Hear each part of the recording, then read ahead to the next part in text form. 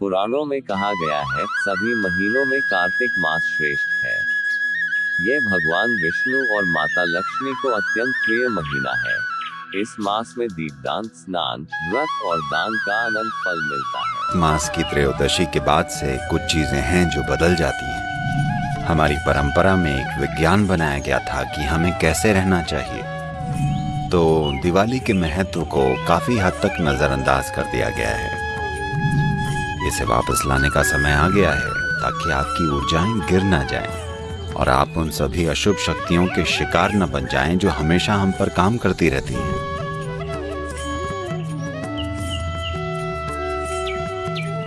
ये दीपावली का समय है।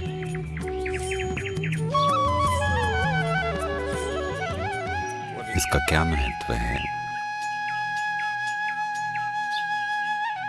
ये वो त्योहार है जो हमेशा चंद्र कैलेंडर में कार्तिक मास के 13वें दिन आता है और इसे त्रयोदशी कहते हैं। कार्तिक मास के 13वें दिन त्योहार होता है।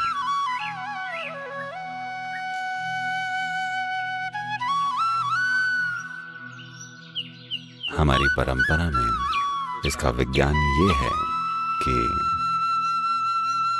इस दिन सभी पूजा करते हैं।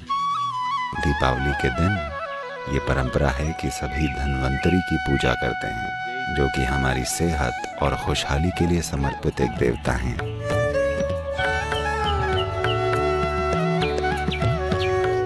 आज धन्वंतरी शब्द का अर्थ काफी हद तक डॉक्टर हो गया है।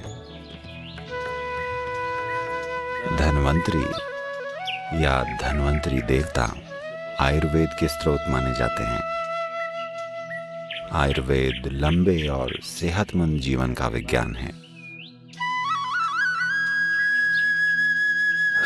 तो किसी ने धन्वंतरी और त्रयोदशी शब्दों को काटा और बना दिया धनतेरह।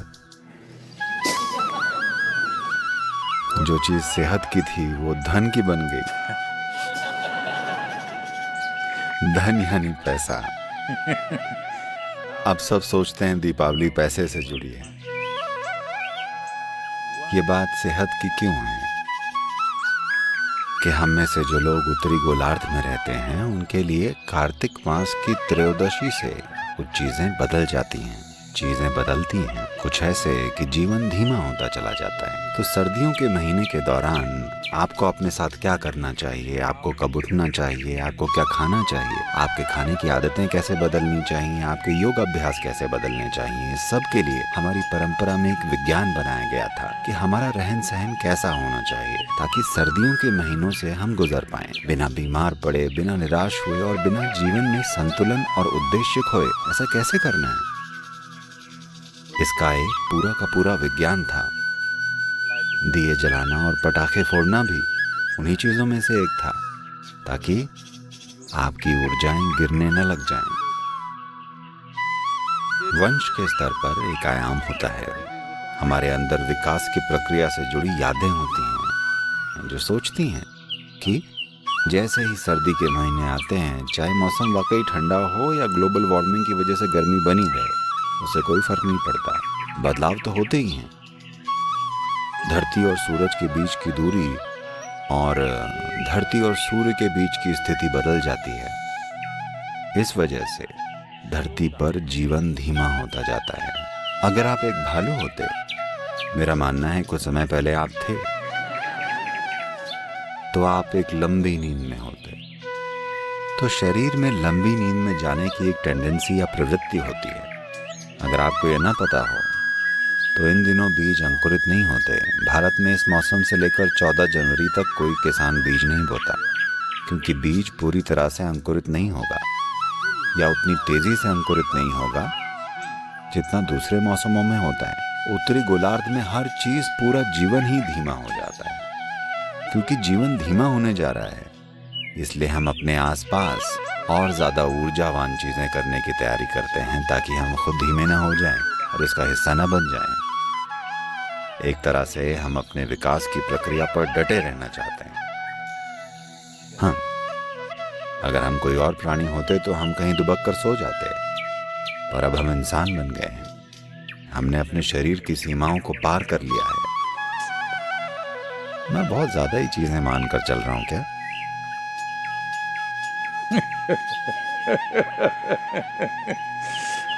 माना जाता है कि आप अपने शरीर की टेंडेंसी से ऊपर उठ चुके हैं, तो इनसे ऊपर उठने के लिए कई गतिविधियां बनाई गई हैं ताकि आप एक वैसे हाइबरनेशन जैसी हालत में न चले जाएं। शारीरिक सुस्ती, मानसिक स्तर पर थोड़ा सा डिप्रेशन, ऐसे सभी के साथ आसानी से हो सकता है क्योंकि मौसम ही ऐसा होता है। ठंडे देशों में निश्चित रूप से लोग इसका अनुभव करते हैं, हाँ या नहीं? क्योंकि आपके भीतर चीजें धीमी हो गई हैं। उत्तरी गोलार्ध में सिर्फ आप ही नहीं, सब कुछ धीमा हो जाता है क्योंकि सूर्य के साथ हमारा संबंध बदल जाता है, जो कि हमारे जीवन का बेसिक सोर्स है। इस धरती पर ऊर्जा का बेसिक सोर्स सूर्य है। इसलिए नहीं कि आपने सोलर पैनल बना लिया है, सूर्य हमेशा से रहा है। अब क्योंकि उत्तरी गोलार्ध और सूर्य का संबंध बदल गया है, यानी आप सूर्य से दूर हो गए हैं, इसलिए इस महीने से धीमापन आ जाता है। इस चंद्रमाह के 13वें दिन से ऐसा होता है, जिसे कार्तिक त्रयोदशी कहते हैं। तो इसकी भरपाई के लिए भारत में तरह तरह के काम किए जाते हैं। इस महीने के बाद से आमतौर पर परंपरा के हिसाब से इस समय पुरुष और महिलाएं अपने काम आपस में बदल लेते हैं। एग्जाम्पल के लिए, ये महिलाओं के लिए रोजाना का काम है। अब नहीं रहा, पर भारतीय गांव में अब भी ऐसा होता है कि सुबह सबसे पहले वो अपने घर के बाहर सफाई करती हैं और कुछ ज्योमेट्री वाले आकार बनाती हैं। ये ज्योमेट्री आज महिलाएं सिर्फ एक ही डिजाइन जानती हैं, अफसोस है। वो एक ही चीज बना देती हैं, या इसे रंगवा देती हैं, या एक खाके से उसे बना देती हैं, नहीं तो उन्हें चावल के आटे से रंगोली बनानी होती है। और हर रोज सोमवार, मंगलवार और ऐसे हफ्ते के हर दिन उन्हें एक विशेष डिजाइन बनानी होती है, ज्योमेट्रिक डिजाइन, जिससे हमारे घर में एक विशेष ऊर्जा आकर्षित हो। अगर आज पूर्णिमा है तो एक तरह की डिजाइन, अगर अमावस्या हो तो अलग डिजाइन। तो 28 पैटर्न हुआ करते थे और लोग जानते थे कि किस दिन क्या बनाना है। तो इन महीनों में रंगोलियां बनाने का काम पुरुषों का हो जाता है, और ये इकलौता ऐसा महीना है जब पुरुषों को सुबह सड़क पर गाना गाते हुए जाना होता है। सुबह सुबह उन्हें सड़कों पर गाना गाते हुए निकलना होता है। आज भी बहुत कम लोग ऐसा करते हैं। भारत के गांव में कुछ हद तक, और शहरों में फिर से ये चलन फिर से शुरू हो रहा है। आज हमारे शहर बहुत बड़े हो गए हैं, वरना अगर आप किसी गांव में रहते तो वहाँ रहने वाले हर इंसान को अपने सिस्टम में ढोल और संगीत की इस ताल की ज़रूरत होती है ताकि वे हाइबरनेट न करने लगें, ताकि उनका सिस्टम धीमा न हो जाए।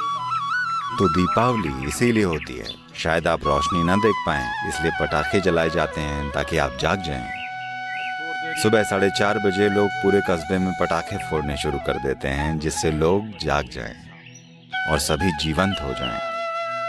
क्योंकि सर्दियों के महीने में ये ज़रूरी होता है कि आप सूरज से पहले उठ जाएं। सूरज की पहली किरण घास पर या किसी कीड़े या कीट पर नहीं पड़नी चाहिए। सूरज की पहली किरण आप पर पड़नी चाहिए। This is a commitment. That is why before sunrise, everybody is out to receive the first rays of sun upon themselves, not upon the ground. लोग ये कमिटमेंट लेते हैं, इसीलिए सभी सूर्योदय से पहले बाहर आ जाते हैं ताकि सूरज की पहली किरण उनके ऊपर पड़े, न कि जमीन पर। तो इस त्योहार के महत्व को काफी हद तक नजरअंदाज कर दिया गया है, पर फिर भी लोग थोड़ा बहुत गा रहे हैं और कुछ पटाखे फोड़ रहे हैं। इसे वापस लाने का समय आ गया है। विशेष रूप से अगर ठंडे मौसम में हम इनमें से कुछ चीजें शुरू कर पाएं तो बहुत बढ़िया होगा, क्योंकि दिवाली कोई धार्मिक त्योहार नहीं है। ये त्योहार इस धरती पर हमारी भौगोलिक स्थिति से जुड़ा हुआ है। क्योंकि हम उत्तरी गोलार्ध में हैं, इसलिए ये बदलाव हमारे अंदर होते हैं। हमारे शरीर में, पौधों में, जानवरों में, हर चीज में आप देखेंगे सब कुछ धीमा हो जाता है। पर अगर आप अपने भीतर धीमे हो गए, आप मानसिक रूप से धीमे हो गए, तो आप थोड़े मंद हो जाएंगे। अगर आपका शरीर थोड़ा धीमा हो गया तो आपको कई ऐसी बीमारियां हो सकती हैं जो कि तब नहीं होंगी जब आपका शरीर जीवंत और ऊर्जावान होगा। अगर ये शरीर जीवंत और ऊर्जावान है तो अभी आपके अंदर चाहे 1000 इन्फेक्शन हो, पर आप बीमार नहीं पड़ेंगे, क्योंकि शरीर ऊर्जावान और जीवंत है। अगर शरीर थोड़ा सा धीमा हो गया तो ये सारी छोटी छोटी चीजें आपके अंदर बड़ी समस्याएं बन जाएंगी। इसीलिए ये त्योहार धन्वंतरी, सेहत और खुशहाली के विज्ञान से जुड़ा है कि हमें अपने सिस्टम को जीवंत रखना चाहिए। 14 जनवरी तक सब कुछ ऊर्जावान रखा जाना चाहिए। इसीलिए आप संगीत और दियों की रोशनी का इस्तेमाल करते हैं। आपको हर तरह की चीज़ों की ज़रूरत पड़ती है अपने वातावरण को जीवित रखने के लिए, ताकि आपकी ऊर्जाएं नीचे न गिर जाएं और न ही आप अलग अलग अशुभ शक्तियों का शिकार बने, जिनका हमेशा हम पर असर पड़ता रहता है। बस कुछ लोग उनके ऊपर रहते हैं और कुछ उनमें डूब जाते हैं। तो यही है दीपावली का महत्व। तो ये धन्वंतरी की त्रयोदशी है। वीडियो अच्छा लगा हो तो लाइक करें और वीडियो देखने के लिए हमारे चैनल को सब्सक्राइब करके घंटी जरूर दबा दें। धन्यवाद।